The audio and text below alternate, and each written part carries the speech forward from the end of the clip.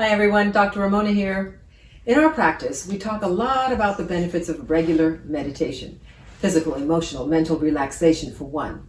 It increases brain volume. You don't age as quickly, and you get this felt sense of spiritual connection, to name just a few of the things. But more often lately, we're hearing, I can't do it. It's just too hard. What's wrong with me? How come everybody else can do it so easily and I can't? Well, we're here to tell you that while the benefits of regular meditation are proven by ancient wisdom and modern science, you might still find some challenges in your own bid to develop a regular meditation habit. Maybe you're too impatient. The minute you sit down, you want to be elsewhere. Maybe you lack time and meditation just isn't, higher up in the hierarchy of things you have to do right now. Maybe you don't get enough sleep. That's a good one. And maybe you don't, the minute you sit down, you're sleeping. Well, that could be, right? Maybe it's just you're okay the way you are and you don't want the stress or the responsibility of something else to do that you have to do. Well, maybe you've hit a glass ceiling. That could be too. That's all there is. Maybe you're thinking and may as well go do something else. Well, if you're someone like this, someone who believes that meditation and its promise of healing and sacred connection just isn't for you, at least right now, we want you to listen up because first of all, you're not alone. Sure, meditation is something you do by yourself, for yourself. But that doesn't mean you have to do it alone. Many people have walked this solitary journey and made initial progress when doing so in a group environment. Secondly, your resistance to it has a cause.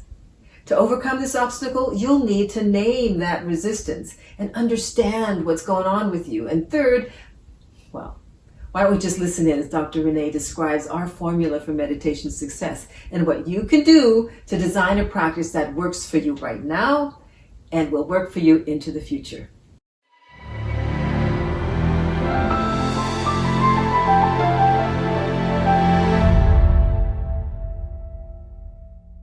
Hi, Dr. Renee here. So what is our meditation success formula? Okay, dedication plus devotion equals success. It's really that simple. Let me repeat it. Dedication plus devotion equals success. You have to commit. You have to decide that all those health benefits that Dr. Ramona was talking about in the intro are benefits that you want for yourself. Don't worry about when you'll get them. Just decide that you will. Now, armed with that kind of dedication, you add to that a heightened emotion, namely devotion. You have to want it. You have to be your own best advocate. Make every practice an opportunity to progress. This isn't about doubt. It isn't about resistance, though we're going to deal with that in a minute. This is purely and only about loving yourself enough to give yourself this gift of life, of connection. Science tells us there are all kinds of psychological things that happen in our bodies when we make commitments that are aligned with our greatest good. Our cells respond. Did you know that? Those trillions of cells in your body, they respond to your heartfelt decisions. As if you decide that you want to improve your life using meditation, then they're going to fall in line with that desire and they're going to quit distracting you. Your heart rate and your blood pressure will be lowered because you're happier. Commitment makes you feel more dependable, trustworthy, responsible. Those emotional factors impact your sense of security as well as how others respond to you. And there are a host of other impacts. But look, the bottom line is meditation success formula that we have will work for you too, if you embrace it. Now, we said it before, and we're going to say it again, because there are no coincidences in life like you coming to our channel and seeing this video. Synchronicities happen for a reason. It's a good thing, I think. Dr. Ramona thinks. It means that the universe is trying to give you a heads up. All right, let's talk about that resistance you're feeling when you think about meditating. What's that all about? And what can you do to turn that resistance into compliance? That's not forced, but it's enthusiastic and it's engaged. To stop fighting yourself, Dr. Ramona and I suggest to our clients that they do some introspection, i.e., figure out what you're afraid of. Now, fears range from the mild to intense, and they have a myriad of causes. But when fears are triggered by even the thought of meditation, Dr. Ramona and I know that you're going to want to approach meditation more slowly. Now, why is that?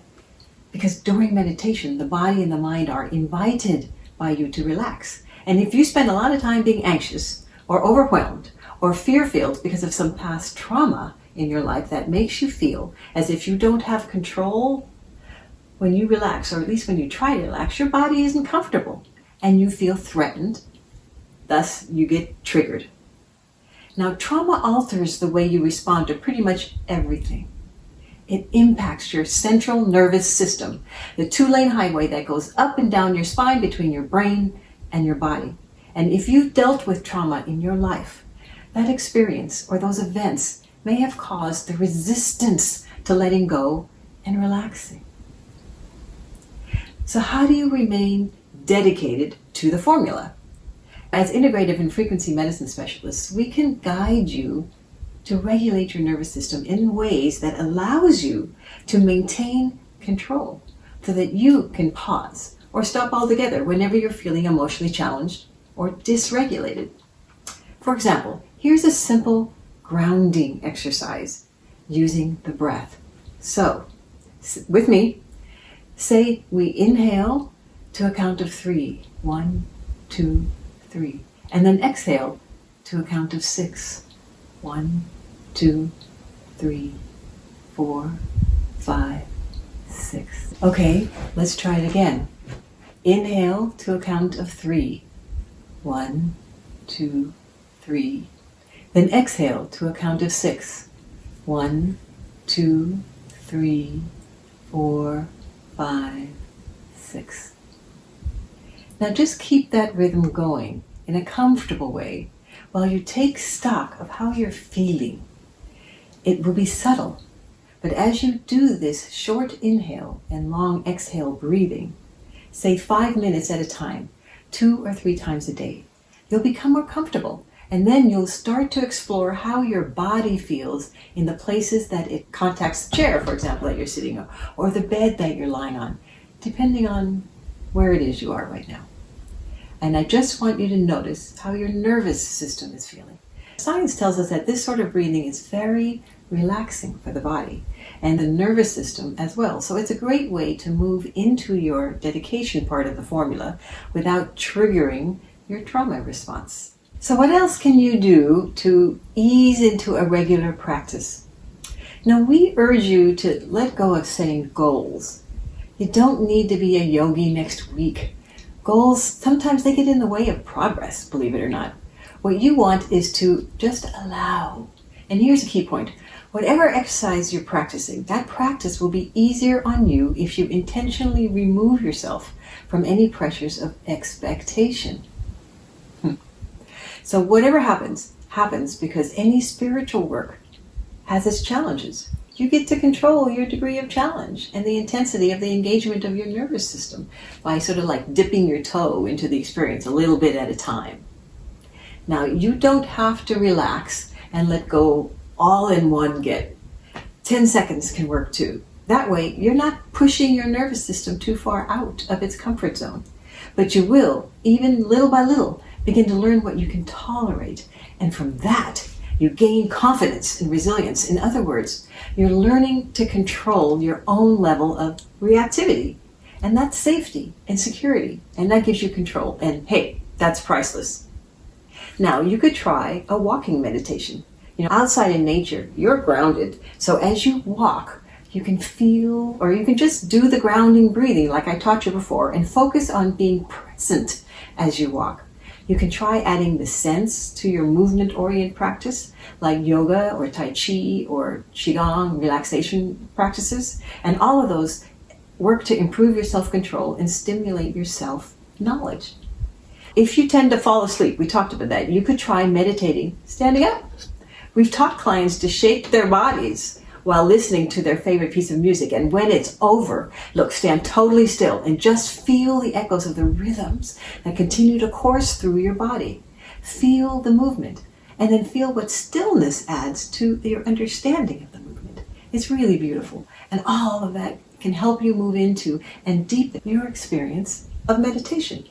Okay, one more for you. If you don't like focusing on breath, and you can use vibration as a focus.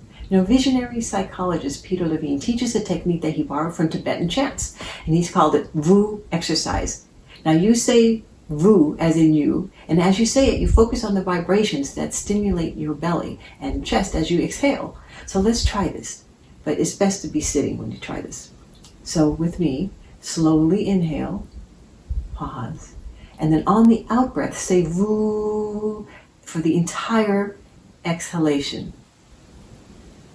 Try vibrating that sound as if it was coming from your belly. Woo.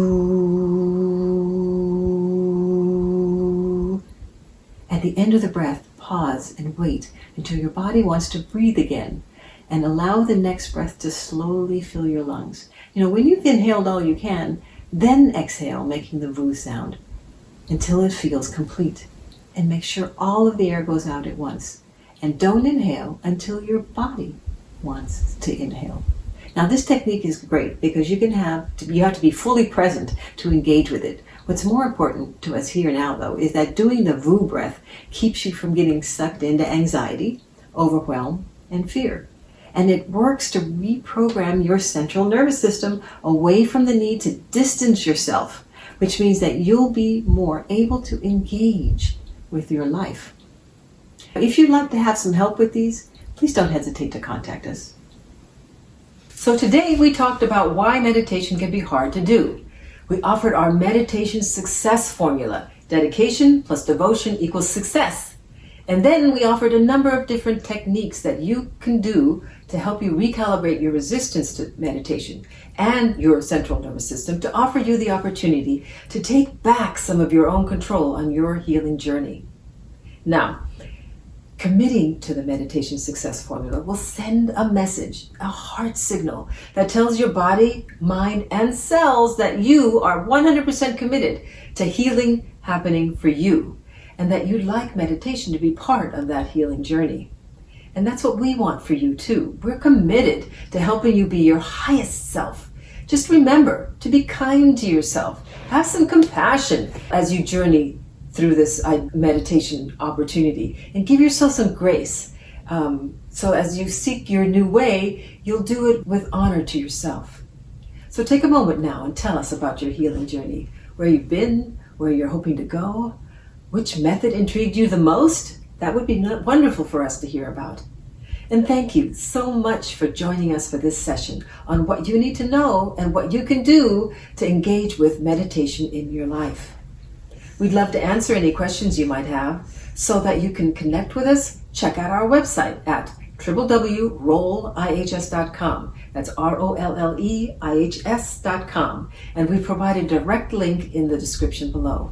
Also, we invite you to learn and practice with us. Please subscribe and check out our other videos. We are the Roll Twins, and we connect science to ancient wisdom in downloads that offer healing. Peace and love to you and yours.